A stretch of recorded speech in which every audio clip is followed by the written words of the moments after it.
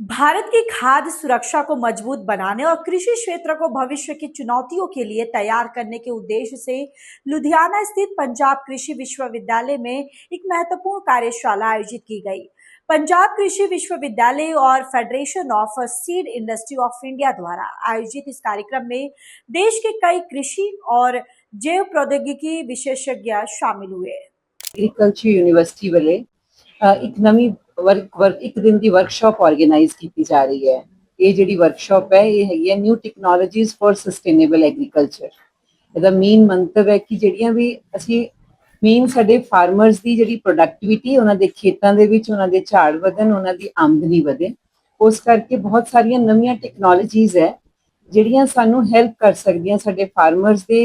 ਇੱਕ ਇਹਦਾ ਮੇਨ ਇਹਦਾ ਜਿਹੜਾ ਟੌਪਿਕ ਵੀ ਰੱਖਿਆ ਸੀ new technologies for sustainable agriculture, ਤਾਂ ਕਿ ਵੀ ਜਿੰਨਾ ਕਿਤੇ ਜਿੱਦਾਂ ਆਪਾਂ ਨੂੰ ਲੱਗਦਾ ਕਿ ਕਿਆ ਝਾੜ ਘਟ ਗਿਆ, ਕਿਸੇ ਕਿਸਾਨ ਨੂੰ ਲੱਗਦਾ ਸਾਡੀ ਆਮਦਨੀ ਦੇ ਵਿੱਚ ਕਿਤੇ ਕਟੌਤੀ ਆਈ ਹੈ, ਉਹਦੇ ਨਾਲ ਕਿ ਸਾਡੇ ਕੋਲ ਅੱਜ ਕੱਲ ਜਿੱਦਾਂ ਦਾ ਕਲਾਈਮੇਟ ਦਾ ਬਦਲਾਅ ਆ ਰਿਹਾ ਉੱਥੇ ਨਵੀਆਂ ਸਾਡੇ ਕੋਲ ਚੈਲੰਜ ਵੀ ਉੱਭਰ ਕੇ ਆ ਰਹੇ ਆ। ਕਿਤੇ ਸਾਨੂੰ ਕਣਕ ਦੇ ਵਿੱਚ ਹੀਟ ਸਟ੍ਰੈਸ ਨੂੰ ਟਾਕਰਾ ਕਰਨਾ ਪੈ ਜਾਂਦਾ, ਕਿਤੇ ਮੱਕੀ ਦੇ ਵਿੱਚ ਬਹੁਤ ਜ਼ਿਆਦਾ ਮੀਂਹ ਪਾਣੀ, ਤੁਸੀਂ ਪਿਛਲੇ ਸਾਲ ਦੇਖਿਆ ਹੀ ਹੈ ਕਿ ਕਿੱਦਾਂ ਫਲੱਡਸ ਨੇ ਕਿੰਨੇ ਐਗਰੀਕਲਚਰ ਦਾ ਨੁਕਸਾਨ ਕੀਤਾ। ਸੋ ਇਹ ਵਰਕਸ਼ਾਪ ਦਾ ਮੇਨ ਅੰਦੇਸ਼ਾ ਮੇਨ ਮੰਤਵ ਇਹ ਹੈਗਾ ਕਿ ਬਹੁਤ ਸਾਰੀਆਂ ਨਵੇਂ ਟੂਲਸ ਹੈ ਟੈਕਨੋਲੋਜੀਜ਼ ਹੈ ਉਹ ਸਾਰੇ ਅਸੀਂ ਕਿ ਕਿਹੜੀਆਂ ਟੈਕਨੋਲੋਜੀਜ਼ ਨੂੰ ਵਰਤ ਕੇ ਅਸੀਂ ਬਹੁਤ ਜਲਦੀ ਦੇ ਨਾਲ, ਇੱਕ ਤਾਂ ਹੁੰਦਾ ਨਾ ਸੀ ਜਿੱਦਾਂ ਪਹਿਲਾਂ ਪਲਾਂਟ ਬਰੀਡਿੰਗ ਦੇ ਨੁਕਤੇ ਤਿਆਰ ਕਰਕੇ 10-10 12-12 ਸਾਲ ਦੇ ਵਿੱਚ ਨਵੀਆਂ ਵੈਰਾਈਟੀਆਂ ਨਵੇਂ ਹਾਈਬ੍ਰਿਡ ਤਿਆਰ ਕਰਦੇ ਸੀ। ਹੁਣ ਸਾਡੇ ਕੋਲ ਨਵੀਆਂ ਟੈਕਨੋਲੋਜੀਜ਼ ਹੈ ਨਵੇਂ ਟੂਲ ਹੈ ਜਿਹਦੇ ਕਰਕੇ ਅਸੀਂ ਉਸ ਟਾਈਮ ਨੂੰ ਘਟਾ ਕੇ ਆਪਣੇ ਜਿਹੜੇ ਪ੍ਰੋਡਕਟ ਹੈ ਆਪਣੀਆਂ ਵੈਰਾਈਟੀਆਂ ਆਪਣੇ ਕਿਸਾਨ ਵੀਰਾਂ ਕੋਲ ਕਿੱਦਾਂ ਜਲਦੀ ਤੋਂ ਜਲਦੀ ਲੈ ਕੇ ਜਾ ਸਕਦੇ ਹਾਂ। ਇੱਕ ਸੈਕਿੰਡ ਇਹਦਾ ਮੇਜਰ ਆਬਜੈਕਟਿਵ ਹੈਗਾ ਰੈਗੂਲੇਸ਼ਨ ਪਾਰਟ।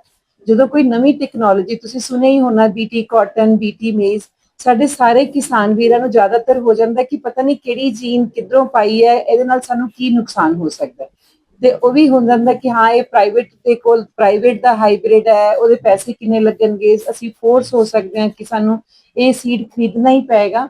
ਉਹਦੇ ਵਿੱਚ ਇਹ ਅੱਜ ਸਾਰੇ ਅਸੀਂ ਆਪਣੀ ਜਿਹੜੀ ਇਸ ਵਰਕਸ਼ਾਪ ਦੇ ਵਿੱਚ ਆਪਣੇ ਜਿੰਨੇ ਵੀ ਚੀਫ ਐਗਰੀਕਲਚਰ ਆਫੀਸਰਸ ਹੈ ਸਾਰੇ ਡਿਸਟ੍ਰਿਕਟਸ ਦੇ, ਉਹਨਾਂ ਦੇ ਨਾਲ ਉਹਨਾਂ ਦੇ ਹੋਰ ਐਕਸਟੈਂਸ਼ਨ ਦੇ ਜਿਹੜੇ ਆਫੀਸ਼ੀਅਲਸ ਹੈ ਜਿਹੜੇ ਆਪਣੀ ਕਿਸਾਨ ਵੀਰਾਂ ਦੇ ਨਾਲ ਸਿੱਧਾ ਵਾਸਤਾ ਰੱਖਦੇ ਆ, ਉਹਨਾਂ ਨੂੰ ਬੁਲਾਇਆ ਹੋਇਆ। ਬਹੁਤ ਸਾਰੇ ਕਿਸਾਨ ਵੀਰਾਂ ਨੂੰ ਇਸ ਵਰਕਸ਼ਾਪ 'ਚ ਬੁਲਾਇਆ ਹੋਇਆ ਇਹੀ ਦੱਸਣ ਲਈ ਕਿ ਜਿਹੜੀ ਵੀ ਨਵੀਂ ਟੈਕਨੋਲੋਜੀ ਆਉਂਦੀ ਹੈ ਉਹਦੇ ਕਿਹੜੇ ਰੈਗੂਲੇਟਰੀ ਪੜਾਅ ਹੈਗੇ ਆ, ਕਿਹੜੀਆਂ ਏਜੰਸੀਆਂ ਹੈ। ਜਿੱਦਾਂ ਉਹਨਾਂ ਨੂੰ ਦੱਸਿਆ ਕਿ ਵੀ department of science and technology ministry ਦੇ ਥੱਲੇ ਹੈਗਾ, ਫਿਰ ਮਿਨਿਸਟਰੀ ਆਫ এনवायरमेंट ਦੇ ਰੂਲਸ ਹੈਗੇ ਆ ਕਿ ਜੇ ਅੱਜ ਮੈਂ ਕੋਈ ਨਵੀਂ ਟੈਕਨੋਲੋਜੀ ਤਿਆਰ ਕਰਦੀ ਹਾਂ ਉਹ ਮੈਨੂੰ ਆਪਣੇ ਕਿਸਾਨ ਵੀਰਾਂ ਤੱਕ ਲੈ ਕੇ ਜਾਣ ਦੇ ਲਈ ਇਹ ਸਾਰੀਆਂ ਕਮੇਟੀਆਂ ਸਾਰੇ ਰੈਗੂਲੇਟਰੀ ਜਿਹੜੀਆਂ ਅਥਾਰਟੀਜ਼ ਹੈਗੀਆਂ ਉਹਨਾਂ ਦੇ ਥਰੂ ਹੋ ਕੇ ਜਾਣਾ ਪਏਗਾ, ਤਾਂ ਕਿ ਫਿਰ ਸਾਡੇ ਕਿਸਾਨ ਵੀਰਾਂ ਦੇ ਜਿਹੜੇ ਮਨ ਦੇ ਵਿੱਚ ਅੰਦੇਸ਼ੇ ਹੈ ਕਈ ਵਾਰੀ ਕਿ ਪਤਾ ਨਹੀਂ ਇਹ ਨਵੀਂ ਟੈਕਨੋਲੋਜੀ ਕਾਹਦੇ ਲਈ ਆ ਗਈ ਹੈ ਤਾਂ ਮੈਨੂੰ ਕੀ ਨੁਕਸਾਨ ਹੋ ਸਕਦਾ। ਇੱਕ ਮੈਨੂੰ ਬੜੀ ਪੁਰਾਣੀ ਜਦੋਂ ਸਾਡੇ ਭਾਖੜਾ ਨੰਗਲ ਡੈਮ ਦਾ ਸੀਗਾ ਨਾ ਜੀ, ਉਦੋਂ ਸਾਡੇ ਕਿਸਾਨ ਵੀ ਜਦੋਂ ਬਿਜਲੀ ਉਹਨਾਂ ਨੂੰ ਲੱਗਦਾ ਸੀ ਕਿ ਬਿਜਲੀ ਕੱਢ ਲੈਣਗੇ ਤੇ ਕਿਤੇ ਪਾਣੀ ਸਾਡੀ ਪੈਦਾਵਾਰ ਘਟਾ ਦੇਗਾ। ਜਦੋਂ ਵੀ ਕੁਝ ਨਵੀਂ ਚੀਜ਼ ਆਉਂਦੀ ਹੈ ਨਾ ਤੇ ਉਹਦੇ ਲਈ ਆਪਣੇ ਅੰਦਰ ਕੁਝ ਡਾਊਟ ਆਣਾ ਉਹ ਨੈਚੁਰਲ ਹੈ। ਤਾਂ ਅੱਜ ਇਸੇ ਕਰਕੇ ਬੁਲਾਇਆ ਸੀਗਾ ਕਿ ਜਿਹੜੀਆਂ ਨਵੀਆਂ ਟੈਕਨੋਲੋਜੀਜ਼ ਆ ਉਹਨਾਂ ਦੀ ਸਾਨੂੰ ਜ਼ਰੂਰਤ ਹੈ ਕਿਉਂਕਿ ਅਸੀਂ ਆਪਣੀ ਪ੍ਰੋਡਕਟਿਵਿਟੀ ਨੂੰ ਸਸਟੇਨ ਕਰਨਾ ਹੈ। ਜੋ ਸਾਡੀ ਉਪਜ ਦੇ ਪੰਜਾਬ ਗ੍ਰੀਨ ਰੈਵੋਲੂਸ਼ਨ ਦੇ ਲਈ ਅਗਾਂਹ ਵਧੂ ਰਿਹਾ, ਹੁਣ ਜਿਹੜੀ ਜੀਨ ਐਵੋਲੂਸ਼ਨ ਆਈ ਹੈ ਉਹਦੇ ਲਈ ਵੀ ਅਸੀਂ ਅਗਾਂਹ ਹੀ ਰਹਿਣਾ। ਪੰਜਾਬ ਹਮੇਸ਼ਾ ਹੀ ਨੰਬਰ 1 ਤੇ ਰਿਹਾ ਤੇ ਹੁਣ ਜਿਹੜੀਆਂ ਨਵੀਆਂ ਟੈਕਨੋਲੋਜੀਜ਼ ਨੂੰ ਅਪਣਾ ਕੇ ਵੀ ਅਸੀਂ ਪਹਿਲੇ ਨੰਬਰ ਤੇ ਹੀ ਰਹਿਣਾ। ਆਪਣੇ ਕਿਸਾਨਾਂ ਦੀ ਜਿਹੜੀ ਜਿੰਨੀ ਵੀ ਪ੍ਰੋਡਕਟਿਵਿਟੀ ਹੈ ਸਾਰੀਆਂ ਮੇਜਰ ਕ੍ਰੌਪਸ ਦੇ ਵਿੱਚ, ਚਾਹੇ ਉਹ ਸਬਜ਼ੀਆਂ ਆ ਚਾਹੇ ਉਹ ਕਣਕ ਝੋਨਾ ਮੱਕੀ ਹੈ, ਸਾਰਿਆਂ ਦੇ ਵਿੱਚ ਅਸੀਂ ਨਵੀਆਂ ਤਕਨੀਕਾਂ ਨੂੰ ਅਪਣਾ ਕੇ ਆਪਣਾ ਝਾੜ ਆਪਣਾ ਔਰ ਜਿਹੜੇ ਨਵੇਂ ਕੀੜੇ ਆਉਂਦੇ ਜਿੱਦਾਂ ਹੁਣ ਮੱਕੀ ਸਾਰਿਆਂ ਨੂੰ ਹੈ ਪਾਲ ਆਰਮੀ ਵਰਮ ਆ ਗਿਆ, ਕਾਟਨ ਦੇ ਵਿੱਚ ਪਿੰਕ ਬਾਲਮ ਆ ਗਿਆ, ਜਿੰਨੇ ਵੀ ਇਹ ਨਵੇਂ ਕੀੜੇ ਨਵੀਆਂ ਬਿਮਾਰੀਆਂ ਆਉਂਦੀਆਂ ਇਹਨਾਂ ਸਾਰੀਆਂ ਨਵੀਆਂ ਟੈਕਨੋਲੋਜੀਜ਼ ਦੇ ਨਾਲ ਪੀਏਯੂ ਪੂਰੀ ਤਰ੍ਹਾਂ ਤਿਆਰ ਹੈ ਉਹਨਾਂ ਦਾ ਟਾਕਰਾ ਕਰਨ ਲਈ ਤੇ ਆਪਣੇ ਕਿਸਾਨ ਵੀਰਾਂ ਦੇ ਕੋਲ ਨਵੀਆਂ ਵੈਰਾਈਟੀਆਂ ਨਵੇਂ ਹਾਈਬ੍ਰਿਡ ਜਲਦੀ ਤੋਂ ਜਲਦੀ ਲੈ ਕੇ ਜਾਣਗੇ। ਅੱਜ ਜੇ ਤਕਰੀਬਨ 13-14 ਕਿਸਾਨ ਆਏ ਤੇ ਆਪਣੇ ਜਿਹੜੇ ਸਾਰੇ ਡਿਸਟ੍ਰਿਕਟਾਂ ਦੇ ਚੀਫ ਐਗਰੀਕਲਚਰ ਆਫੀਸਰਸ ਆਏ ਦੇ ਆ, ਨਾਲ ਜਿਹੜੇ additional director officers extension officials ਆਏ ਹੋਏ ਆ। ਇਸ ਸਾਡੀ ਵਰਕਸ਼ਾਪ ਦੇ ਵਿੱਚ ਤਕਰੀਬਨ 150 ਪਾਰਟਿਸਿਪੈਂਟਸ ਹੈ ਜੀ। ਤੇ ਜਿਹੜੇ ਨਵੇਂ ਰਿਸਰਚਰਸ ਹੈ, ਇਵਨ ਤੁਸੀਂ ਸੁਣਿਆ ਹੋਣਾ ਇੱਕ ਝੋਨੇ ਦੀ ਨਵੀਂ ਵੈਰਾਈਟੀ ਜੀਨ ਐਡਿਟ ਹੋ ਕੇ ਹੋਈ ਹੈ, ਉਹ धान 100 ਉਧਰ ਆਪਣਾ ਜਿਹੜਾ ਇੰਡੀਅਨ ਇੰਸਟੀਚਿਊਟ ਆਫ ਹੈਦਰਾਬਾਦ ਦਾ ਹੈਗਾ ਰਾਈਸ ਰਿਸਰਚ ਦਾ, ਉਹਨਾਂ ਦੇ ਸਾਇੰਟਿਸਟ ਨੂੰ ਅਸੀਂ ਬੁਲਾਇਆ ਕਿ ਉਹਨਾਂ ਨੇ ਉਹ ਜਿਹੜੀ ਜੀਨ ਐਡਿਟ ਕਰਕੇ ਜਿਹੜੀ ਝੋਨੇ ਦੀ ਨਵੀਂ ਵੈਰਾਈਟੀ ਕਿਵੇਂ ਤਿਆਰ ਕੀਤੀ, ਤਾਂ ਕਿ ਸਾਡੇ ਸਾਰੇ ਕਿਸਾਨਾਂ ਨੂੰ ਪਤਾ ਲੱਗ ਜਾਵੇ ਕਿ ਇਹ ਟੈਕਨੀਕਸ ਕਿੱਦਾਂ ਕੰਮ ਕਰਦੀਆਂ। ਇਵਨ ਸਾਡੇ ਕੋਲ ਐਗਜ਼ੀਕਿਊਟਿਵ ਡਾਇਰੈਕਟਰ ਨਾਭੀ ਹੈ ਜਿਹੜਾ ਆਪਣਾ ਇੱਧਰ ਹੈਗਾ national institute of agro business and bio manufacturing ਦਾ ਮੋਹਾਲੀ ਦੇ ਵਿੱਚ, ਉਹਨਾਂ ਦੇ ਐਗਜ਼ੀਕਿਊਟਿਵ ਡਾਇਰੈਕਟਰ ਆਏ ਹੋਏ ਆ ਇਸੇ ਦੱਸਣ ਲਈ ਕਿ ਕਿਹੜੀਆਂ ਨਵੀਆਂ ਟੈਕਨੋਲੋਜੀਜ਼ ਹੈ ਉਹਨਾਂ ਦੇ ਕੋਲ ਕੀ ਹੈ, ਤਾਂ ਕਿ ਅਸੀਂ ਇੰਟਰ ਇੰਸਟੀਟਿਊਸ਼ਨਲ ਕੋਲੈਬੋਰੇਸ਼ਨਸ ਕਰ ਲਈਏ। ਤੇ ਜਿਹੜੀ ਇਹ ਸਾਰੀ ਵਰਕਸ਼ਾਪ ਹੈ ਇਹਨੂੰ ਸਪੋਰਟ ਕਰਨ ਵਾਲੀ ਜਿਹੜੀ ਹੈਗੀ ਹੈ ਉਹ federation of seed industry of India ਹੈ। ਮੇਰੇ ਨਾਲ ਡਾਕਟਰ ਪਰੇਸ਼ ਵਰਮਾ ਜੀ ਹੈ, he is a director general of FSII। So ਇਹ ਜਿੰਨੀਆਂ ਵੀ ਸੀਡ ਇੰਡਸਟਰੀਜ਼ ਹੈ ਆਪਣੇ, ਇਵਨ ਇਹਦੇ ਵਿੱਚ ਸਿਰਫ ਅਸੀਂ ਐਕਸਟੈਂਸ਼ਨ ਆਫੀਸ਼ੀਅਲਸ ਤੇ ਕਿਸਾਨ ਵੀਰ ਹੀ ਨਹੀਂ ਹੈ, ਜਿੰਨੀਆਂ ਵੀ ਵੱਡੀਆਂ ਕੰਪਨੀਆਂ ਹੈਗੀਆਂ ਜਿਹੜੇ ਸਾਡੇ ਐਗਜ਼ੈਕਟ ਸਟੇਕ ਹੋਲਡਰਸ ਹੈ, ਚਾਹੇ ਉਹ ਮਾਈਕੋ ਹੈ, ਬਾਇਰਸ ਹੈ, ਕਾਰਟੇਵਾ ਹੈ, ਜਿਹੜੀਆਂ ਉਹ ਹੈ ਪ੍ਰਾਈਵੇਟ ਕੰਪਨੀਆਂ ਦੇ ਨੁਮਾਇੰਦੇ ਵੀ ਸਾਰੇ ਆਏ ਹੋਏ ਹਨ। ਸੋ ਇਹ ਜਿਹੜੀ ਸਾਨੂੰ ਥੈਂਕਫੁਲ ਹਾਂ ਅਸੀਂ federation of seed industry of India ਦੇ, ਜਿਨ੍ਹਾਂ ਨੇ ਇਸ ਵਰਕਸ਼ਾਪ ਲਈ PAU ਨੂੰ ਚੁਣਿਆ। ਇਹ ਕਰਾਉਂਦੇ ਆ ਵਰਕ, ਇਹਦਾ ਮੇਨ ਅਵੇਅਰਨੈਸ ਦੇ ਲਈ ਕਰਾਉਂਦੇ ਆ ਵਰਕਸ਼ਾਪਸ, ਤਾਂ ਕਿ ਸਾਰੇ ਕਿਸਾਨ ਵੀਰਾਂ ਨੂੰ ਪਤਾ ਲੱਗ ਜਾਏ। ਔਰ ਐਤਕੀ ਇਹਨਾਂ ਨੇ ਸਾਡੇ PAU ਨੂੰ ਚੁਣਿਆ, ਸੋ ਇਹਨਾਂ ਦੇ ਧੰਨਵਾਦੀ ਹਾਂ। ਕਹਿ ਸਕਦੇ ਕੁੱਲ ਮਿਲਾ ਕੇ ਕਿਸਾਨਾਂ ਨੂੰ ਬੈਨੀਫਿਟ ਮਿਲੇਗਾ, ਕਿਸਾਨਾਂ ਨੂੰ ਇਹਦੇ ਨਾਲ ਉਹਨਾਂ ਦੇ ਬਹੁਤ ਬੈਨੀਫਿਟ ਪਏਗਾ। ਔਰ ਅਸੀਂ ਉਹਨਾਂ ਦੇ ਨਾਲ ਇੱਕ ਰਾਬਤਾ ਜਿਨ੍ਹਾਂ ਦੇ ਨਾਲ ਉਹਨਾਂ ਨੂੰ ਲੱਗੇ ਕਿ ਵੀ ਜਿੱਦੇ ਨਵੇਂ ਚੈਲੰਜ ਆ ਰਹੇ ਆ, ਆਪਾਂ ਦੇਖਿਆ ਹੀ ਆ ਸਾਡਾ ਪੌਣ ਪਾਣੀ ਦੇ ਵਿੱਚ ਕਲਾਈਮੇਟ ਚੈਲੰਜ ਹੈ, ਨਵੀਆਂ ਬਿਮਾਰੀਆਂ, ਨਵੇਂ ਕੀੜਿਆਂ ਦੇ ਚੈਲੰਜ ਹੈ। ਕਿਸਾਨ ਵੀਰਾਂ ਦੇ ਨਾਲ ਇਹੀ ਗੁਫ਼ਤਗੂ ਹੋਣਾ ਸੀਗਾ ਕਿ ਨਵੀਆਂ ਟੈਕਨੋਲੋਜੀਜ਼ ਹੈ, PAU ਉਹਨਾਂ ਸਾਰੀਆਂ ਨਵੀਆਂ ਟੈਕਨੋਲੋਜੀਜ਼ ਲਈ ਤਿਆਰ ਹੈ, ਤੇ ਉਹ ਜਿਹੜੀਆਂ ਟੈਕਨੋਲੋਜੀਜ਼ ਹੈ ਉਹ ਕਿੰਨੀਆਂ ਸੇਫ ਹੈ, ਕਿਹੜੇ ਰੈਗੂਲੇਟਰੀ ਮੈਜਰਸ ਹੈ, ਇਹ ਦਿਖਾਉਣ ਦੇ ਲਈ। ਕਿਸਾਨੀ ਹਾਈਟੈਕ ਹੋਈ ਕਿਸਾਨੀ, ਹਾਂਜੀ ਇਹ ਕਹਿ ਸਕਦੇ ਆਪਾਂ ਜੀ, ਅਗਰ ਪੁਰਾਣੇ ਕਿਸਾਨਾਂ ਦੀ ਪੰਜਾਬ ਦੇ ਕਿਸਾਨਾਂ ਦੀ ਗੱਲ ਕਰੀਏ, ਇੰਨਾ ਇੰਟੈਲੀਜੈਂਟ ਨਹੀਂ, ਉਹ ਦਹਾ ਕੇ ਪਾਤ ਮਤਲਬ ਉਹ ਸੋਚਦਾ ਸੀ ਜੋ ਪੁਰਾਣੀ ਕਿਸਾਨੀ ਹੈ ਉਹੀ ਚੱਲਣੀ। ਤੁਹਾਨੂੰ ਕਿਸਾਨਾਂ ਦਾ ਰਿਸਪੌਂਸ ਕਿਵੇਂ ਲੱਗਦਾ? ਜਿਹੜੀ ਇੱਕ ਤਾਂ ਹੋ ਗਈ ਨਾ ਜੀ, ਮੈਨੂੰ ਜੋ ਲੱਗਦਾ ਹੈ ਗ੍ਰੀਨ ਰੈਵੋਲੂਸ਼ਨ ਇੱਕ ਛੋਟਾ ਕੰਮ ਨਹੀਂ ਸੀਗਾ। ਜੇ ਸਾਡੇ ਕਿਸਾਨ ਵੀਰ, ਉਹ ਵੀ ਤਾਂ ਮੈਕਸੀਕੋ ਦੀਆਂ ਵੈਰਾਈਟੀਆਂ ਸੀ, ਜੇ ਸਾਡੇ ਕਿਸਾਨ ਵੀਰ ਉਹਦੇ ਲਈ ਰਿਸੈਪਟਿਵ ਨਾ ਹੁੰਦੇ, ਉਹਨਾਂ ਦੇ ਦਿਲ ਦੇ ਵਿੱਚ ਅੰਦੇਸ਼ੇ ਹੁੰਦੇ, ਉਹਨਾਂ ਨੇ ਉਹਨਾਂ ਬੀਜਾਂ ਨੂੰ ਅਪਣਾਉਣਾ ਹੀ ਨਹੀਂ ਸੀ। ਉਹਨਾਂ ਨੇ ਉਹਨਾਂ ਨੂੰ ਬੀਜਾਂ ਨੂੰ ਅਪਣਾ ਕੇ ਆਪ ਹੀ ਨਹੀਂ ਪੂਰੇ ਰਾਸ਼ਟਰ ਦੇ ਨੂੰ ਇੱਕ ਪੂਰਾ ਭੋਜਨ ਦੇ ਲਈ ਤਿਆਰ ਕਰ ਦਿੱਤਾ। ਆਪਣੇ ਪੰਜਾਬ ਨੂੰ ਤਾਂ ਹੀ ਫੂਡ ਬਾਸਕਟ ਆਫ ਇੰਡੀਆ ਕਹਿੰਦੇ ਆ। ਸੋ ਮੈਨੂੰ ਨਹੀਂ ਲੱਗਦਾ ਕਿ ਸਾਡੇ ਕਿਸਾਨ ਵੀਰ ਜਿਹੜੀਆਂ ਨਵੀਆਂ ਟੈਕਨੋਲੋਜੀਜ਼ ਦੇ ਲਈ ਪਿੱਛੇ ਹਟਣ ਵਾਲੇ ਆ। ਜਿੱਥੇ ਪੰਜਾਬ ਦੇ ਕਿਸਾਨ ਨੂੰ ਲੱਗਦਾ ਕਿ ਉਹਦੇ ਵਿੱਚ ਲਾਹੇਬੰਦੀ ਹੈਗੀ ਹੈ, ਕਿਸਾਨ ਪੰਜਾਬ ਦਾ ਉਹਨੂੰ ਅਪਣਾਉਂਦਾ ਹੈ, ਉਸ ਟੈਕਨੋਲੋਜੀ ਨੂੰ। ਬਹੁਤ ਆਰਾਮ ਵਧੂ ਹੈ ਆਪਣੇ ਪੰਜਾਬ ਦਾ ਕਿਸਾਨ। ਕਹਿ ਸਕਦੇ ਵਰਕਸ਼ਾਪ ਤੇ ਆਣਾ ਚਾਹੀਦਾ ਕਿਸਾਨਾਂ ਨੂੰ ਇਹ ਰੱਖੀ ਕਿਸਾਨਾਂ ਦੇ ਲਈ ਤੇ ਐਕਸਟੈਂਸ਼ਨ ਸਪੈਸ਼ਲਿਸਟ ਲਈ ਸੀਗੀ ਜੀ। ਇਹਦਾ ਤਾਂ ਉਹਨਾਂ ਦੀ ਉਹ ਆਡੀਅੰਸ नहीं है, वो पर्पस है इस वर्कशॉप का। टेक्नोलॉजीज हैं जिसका कार्यशाला में वक्ताओं ने कहा कि जलवायु परिवर्तन, घटते प्राकृतिक संसाधनों और बढ़ती आबादी के कारण खाद्यान्न की मांग लगातार बढ़ रही है। ऐसे में केवल पारंपरिक खेती के तरीकों पर निर्भर रहना पर्याप्त नहीं होगा। विशेषज्ञों का मानना है कि आनुवंशिक रूप से संशोधित यानी GM फसलें और जीन एडिटिंग जैसी आधुनिक तकनीकें कृषि उत्पादन बढ़ाने, फसलों को रोग और कीटों से सुरक्षित बनाने तथा किसानों की आय में सुधार लाने में महत्वपूर्ण भूमिका निभा सकती है। FSII के महानिदेशक डॉक्टर परेश वर्मा ने जीन एडिटिंग को फसल सुधार की अगली बड़ी दिशा बताया, जबकि PAU के कुलपति डॉक्टर SS गोसले ने कहा कि इन तकनीकों का मूल्यांकन वैज्ञानिक अनुसंधान और साक्ष्य आधारित परीक्षणों के आधार पर किया जाना चाहिए। वो बीज के थ्रू ही किसान को मिलती है, तो किसान को सिर्फ अपना बीज चेंज करना है और प्रैक्टिस वही करेगा और ये टेक्नोलॉजीज उसमें काम करेगी।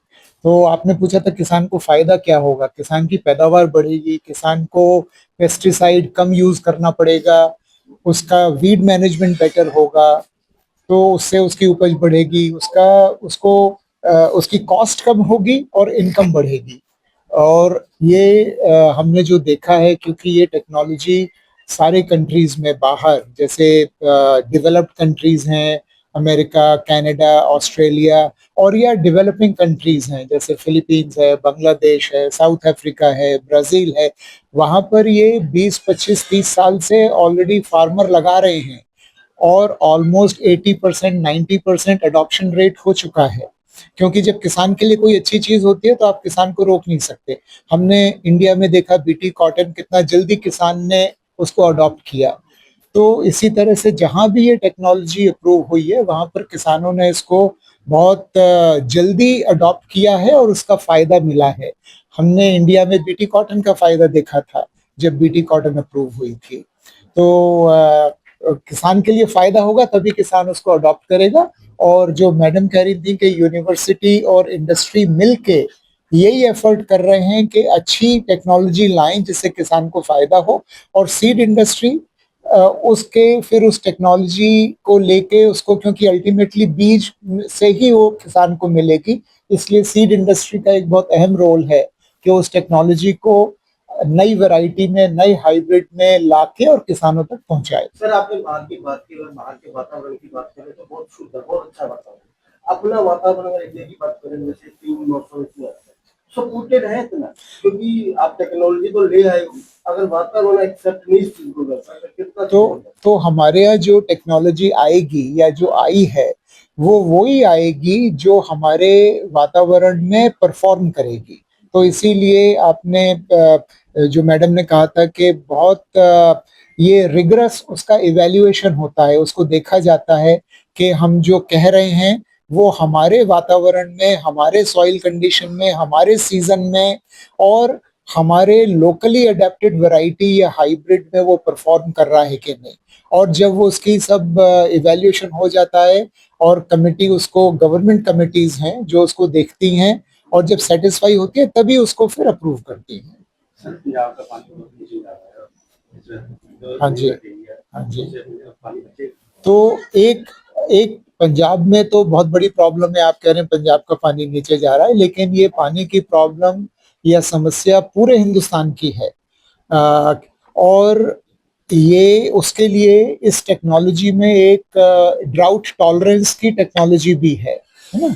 तो जैसे बीटी कॉटन में तो सिर्फ बोलवर्म के अगेंस्ट रेजिस्टेंस था, लेकिन कुछ टेक्नोलॉजीज पाइपलाइन में हैं और कुछ ऑलरेडी इंडिया के बाहर कमर्शलाइज हो चुकी हैं जिसमें ड्राउट टॉलरेंस की टेक्नोलॉजी है। तो उससे उससे डेफिनेटली जो जो वाटर टेबल जो नीचे जा रहा है वो रुकेगा, क्योंकि वो एक बड़ी प्रॉब्लम है। हम लोगों को, अभी आपने प्राइम मिनिस्टर का भी सुना होगा, वो उन्होंने वो दिया था, नारा दिया था, मोर क्रॉप पर ड्रॉप। तो ये पूरे इंडिया का एक्चुअली मैंडेट है कि हम ऐसे नई टेक्नोलॉजी लाएं जिसमें पानी की रिक्वायरमेंट कम हो, जिससे हम पानी बचा सकें और ज्यादा जुडिशियली यूज कर सकें। पंजाब के किसानों को हम ये बताना चाह रहे हैं, जैसे मैडम ने भी कहा, कि जो भी नई टेक्नोलॉजी आती है वो एक तो ये है कि तभी आएगी जब उनके फायदे के लिए होगी। दूसरा, जो भी नई टेक्नोलॉजी आएगी वो पूरी तरह से उसकी जांच हो चुकी होगी, तभी वो टेक्नोलॉजी सरकार अप्रूव करेगी। और पंजाब के किसान तो हमेशा बहुत प्रोग्रेसिव रहे हैं और हम यही चाहते हैं कि वो उस टेक्नोलॉजी को अडॉप्ट करते वक्त जो जो पीएयू की रिकमेंडेशन है, जो साइंटिस्ट कह रहे हैं, जो उसके बेनिफिट्स हैं, उसको उसको वो देखें, क्योंकि उन्हें पता होना चाहिए कि हम क्या यूज कर रहे हैं। और एक पर्पस इस वर्कशॉप का, जैसे मैडम ने बताया था, ये भी है कि हम ये फार्मर्स को कम्युनिकेट कर पाए कि इस टेक्नोलॉजी के क्या फायदे हैं और कितनी इसकी थरो इन्वेस्टिगेशन होता है, क्योंकि ये रेगुलेटेड टेक्नोलॉजी है। तो इसकी सेफ्टी असेसमेंट, इसका एनवायरनमेंट पे क्या असर पड़ रहा है, वो सारा इवैल्यूएट उसके बाद ही होता है। तो उनके मन में कोई शंका नहीं होनी चाहिए जब वो नई टेक्नोलॉजी आएगी। तो सबसे बड़ा मैसेज किसानों के लिए ये है कि जब कोई नई टेक्नोलॉजी सरकार आपके लिए अप्रूव कर रही है तो वो उसमें फिर आपको कोई शंका नहीं होनी चाहिए, क्योंकि सारे टेस्टिंग, सेफ्टी, इवैल्यूएशन हो चुका है और आपके फायदे की चीज है, तभी सरकार उसको आपके लिए अप्रूव कर रही है। आज पंजाब का किसान बहुत ज्यादा परेशान है। विशेषज्ञों का मानना है कि आधुनिक कृषि तकनीकों को अपनाकर भारत न केवल अपनी खाद्य सुरक्षा को मजबूत कर सकता है, बल्कि वैश्विक कृषि क्षेत्र में भी अपनी प्रतिस्पर्धात्मक स्थिति को और बेहतर बना सकता है। पीएयू में जीएम फसलों पर कार्यशाला, खाद्य सुरक्षा मजबूत करने पर जोर, जलवायु चुनौतियों से निपटने का उपाय, किसानों की आय बढ़ाने का दावा, वैज्ञानिक परीक्षण के बाद अपनाने की वकालत।